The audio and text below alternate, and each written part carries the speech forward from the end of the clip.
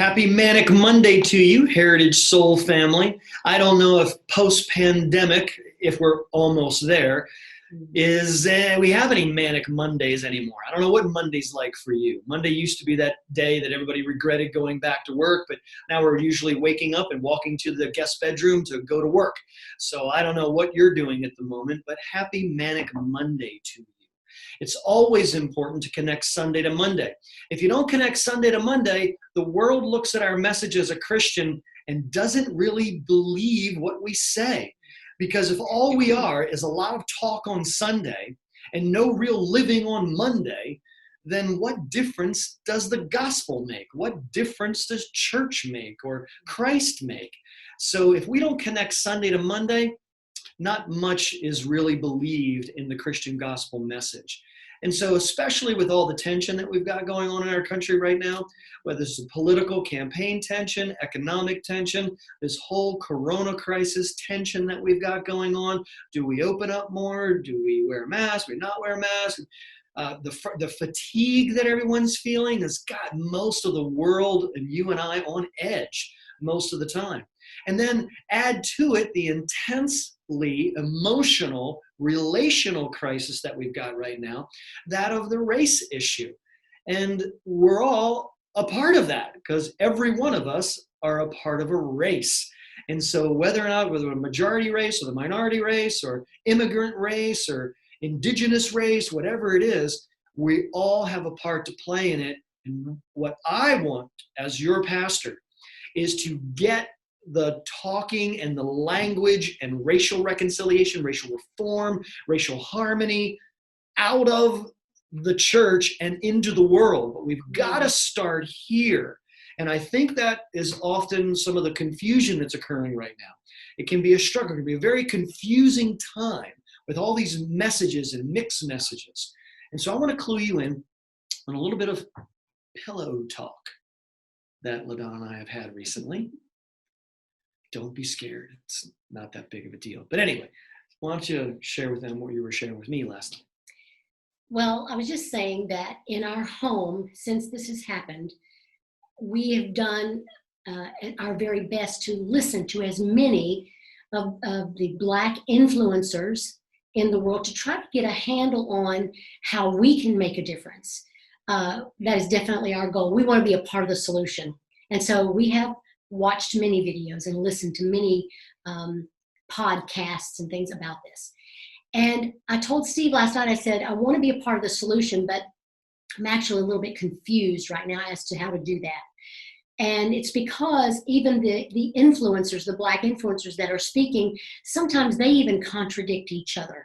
And so I think that I want to hear from my Black soul family because I love them and they will be honest with me and they will help me. So I'm very excited about what you've done in the church by starting that team together, because we're going to hear from some very smart people who can help us be a part of the solution. So I'm confused right now, but I know that clarity is coming. That's an excellent point, because when we, the church, begin looking to the world for our marching orders, it can get very confusing and we can shut down.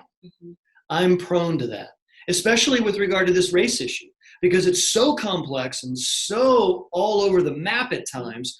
When I'm watching the world and how they're reacting to it, what I've decided to do personally and what I want to do as a pastor is exactly what LaDon said.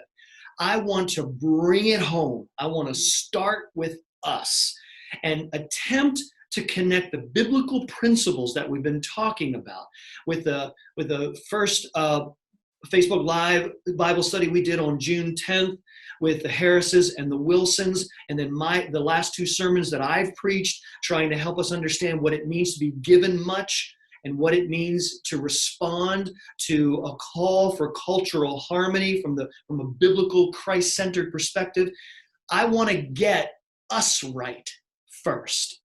And so I'm inviting you to kind of sort of disconnect from all of the rhetoric of the world that you're getting out there. Because I really don't care about what any other organization thinks or what the government thinks or anything like that. I care about what Christ thinks And then Christ is most concerned about what his church is and does. And so that's where I want to start, with us. And so I've got this team that's forming, and I want you to know that if you'd like to be a part of it, whether you're white or black or brown, that doesn't matter. If you'd like to be a part of this solution-focused team of racial reconciliation and reform, I want you to know that I want you to contact me and let me know you're interested, because that might help clear up the confusion. If we get our messaging right inside the church and we get our marching orders from Scripture and in the context of our soul family, then what we do on the inside of the church will be a little glimpse of heaven. And then we can export that to the world and connect Sunday to Monday. I like that. Why do you like that? Why is that?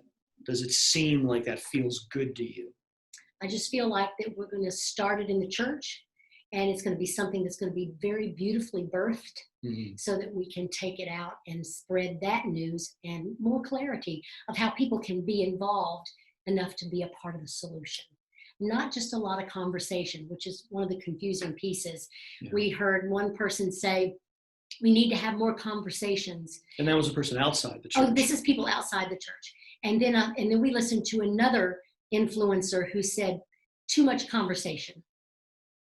We need to stop the conversation. So then I was like, okay. And they were saying stop the conversation to get to the action. And get to the action. But I didn't have any clear strategy for what I personally can do. I'm not in government. I can't make those changes. I can certainly champion them, and I will. If you know what they are. If I know what they are, yes. Because, Yeah, so how do we do this together as a family? We're going to start with our own soul family. And so when I say ask the question, hey, how are you doing with all this racial tension? That means go up to your black brother or sister, your brown brother or sister, within the context of the Heritage Soul family, and say, hey, how are you doing? I want to know how you're doing. It doesn't matter if it's a black person going to a black person, or a brown person going to a black person, or a white person going to it doesn't matter. Everybody is talking to everybody. If a white person goes to a white person and says, how are you doing with all this racial tension stuff? That's an important conversation to have. And then asking, what can we do about your world? How can I help your world? Now, even before you decided to get this committee together, which I think is really wonderful, because they're all going to come together and they're going to contribute together, and they're going to come up with a plan or the right language. Before he did this, we were even getting some conflicting messages from different people within the church. Of course, all in love. Nobody was angry or anything, but they were saying, you really shouldn't say this. You should say this. And then the next person would say, oh, you should never say that. And it was like contradictory. And so again, confusion. So this is going to be wonderful. Yeah, I think it is too. Heritage Soul Family, we are committed to making a difference, and to making a real difference, not just a lot of rhetoric and empty talk. I'm done with that. I want to move on to genuine reconciliation, genuine reform within and without the church. So inside the church and outside the church, I'm looking forward to that. This coming Wednesday, 7 o'clock, I'm really stoked to have one of our elders, Ron Ford. He has been a black friend of mine for 25 or so years within the church, and I've just loved my relationship with him. We're going to talk some old school stories and stuff like that, and discover, what his life has been like, and how we can talk between a white guy and a black guy about this racial reconciliation and harmony. I love you, Heritage Community Church. I love you, Soul Family. We miss you. We are greater than me. God bless. God bless you.